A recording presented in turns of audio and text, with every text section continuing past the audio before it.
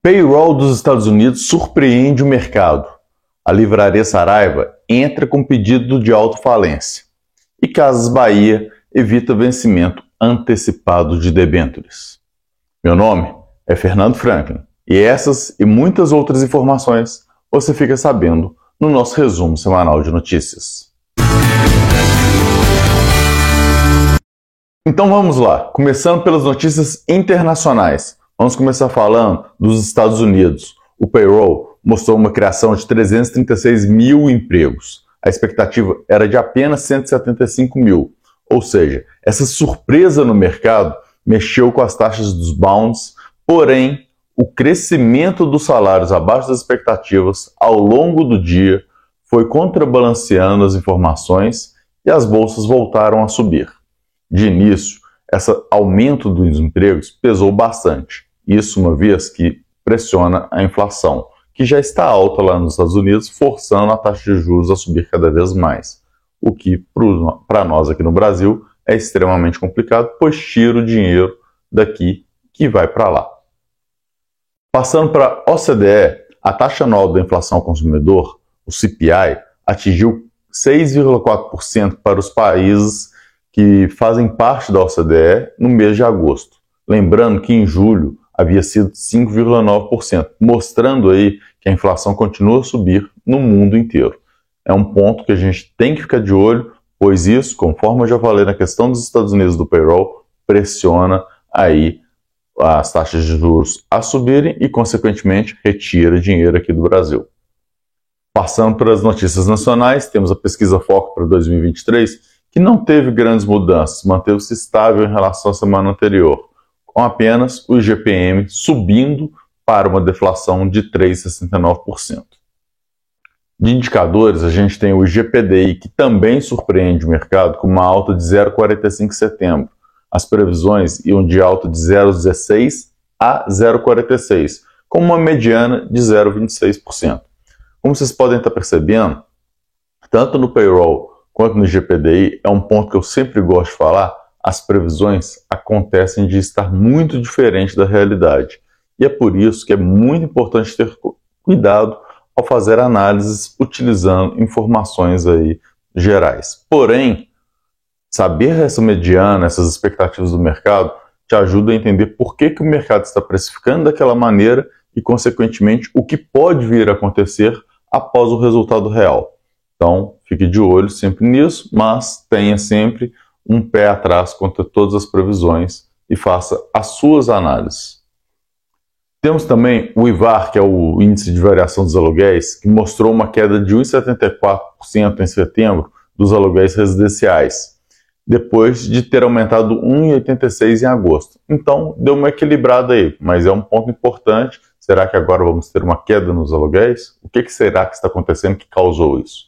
Vamos ficar de olho também, uma vez que a gente está tendo um desencontro aí da direção dos indicadores, né? Então é sempre importante a gente entender e analisar, acompanhar a evolução mês a mês. Não dá para pegar um mês apenas, né? Tem que olhar a evolução como um todo, porque tem pontos aí fora da curva que podem gerar esse tipo de informação. Trazendo aqui agora o Ibovespa, a gente tem o fechamento da semana, uma queda de 2,06% a 114.170 pontos. No ano, alta de 4,04%.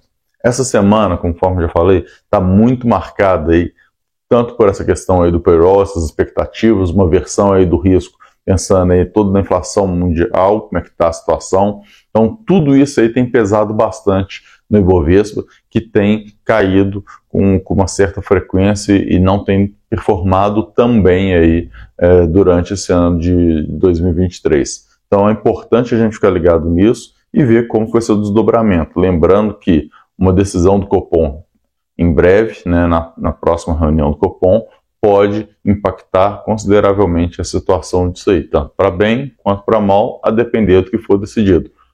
Lembrando que a expectativa ainda é de um corte de 0,5%, conforme previsto na última ata do Copom.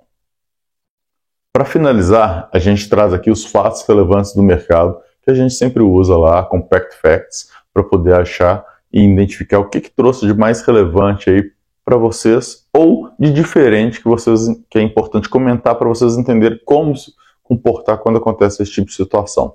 Então eu separei aqui a Saraiva, né, a livraria Saraiva, ela protocolou um pedido de autofalência. O que isso significa? Ela simplesmente falou que não tem jeito mais, não vai conseguir se recuperar e realmente precisa fechar as portas, vender tudo que der e pagar os seus credores da melhor maneira possível com aquilo ali. E o restante vai ficar para os sócios pagarem no futuro e ver como é que vai ser. O grande ponto é, a partir do momento que ela declarou isso, que foi no dia 4 à noite, no dia 5 e para frente já não teve pregão. Ou seja, se você era acionista da Saraiva nessa data, você terminou com aquelas ações ali. E somente se, depois de vender tudo, de acabar todo o espólio, sobrar alguma coisa, aí sim você vai ser remunerado em algum valor. A cotação era bem baixa, né? Era em torno de R$1, menos de R$2 aí, mas não foi possível aí, a Saraiva continuar e ela vai realmente fechar as portas aí depois de um bom tempo de operação. Infelizmente aí as livrarias sofrendo cada vez mais com a revolução tecnológica. E trazemos também aqui Casas Bahia, que aprovou a não declaração de vencimento antecipado das debêntures. O que é isso?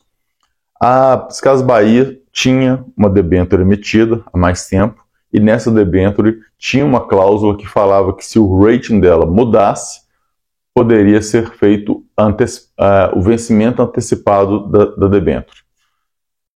Uma cláusula extremamente importante, né, mas uma cláusula extremamente perigosa. Aconteceu e aí ela teve que se voltar com os debenturistas e negociar aquilo ali para poder fazer uma nova forma, porque uma antecipação das debêntures seria desastrosa no momento que a empresa está precisando captar dinheiro. O que aconteceu? Para poder fechar esse acordo e não ter o vencimento agora nesse momento, ela conseguiu, em contrapartida, a remuneração das debêntures foi acrescida de 0,55%, vai ser pago aí, e também vai ser pago um prêmio equivalente a 0,25% do saldo do valor nominal dos certificados. Então, assim, é positivo para a Casas Bahia porque ela não teve que fazer a antecipação das debêntures, mas temos um contrapeso aí, uma situação complicada, que é o aumento do custo aí dessa dívida que ela passou a ter. Era isso que eu tinha para trazer para vocês. Esse ponto, principalmente aí da Casas Bahia, não significa que você deve comprar porque a notícia foi positiva e nem que você deve vender pelo aumento de custos. É simplesmente uma informação relativa ao ativo, né, e você deve avaliar e identificar diversos outros pontos. Esse é apenas um dos pontos que saiu aí durante a semana e um dos últimos pontos positivos que ela teve aí divulgado na imprensa aí nos últimos tempos. Mas isso não significa nem que compre, nem que vende. Isso é extremamente importante ressaltar, é apenas um dos pontos que devem ser analisados. Era isso, muito obrigado, fiquem ligados aí para mais informações e até a próxima. Tchau, tchau.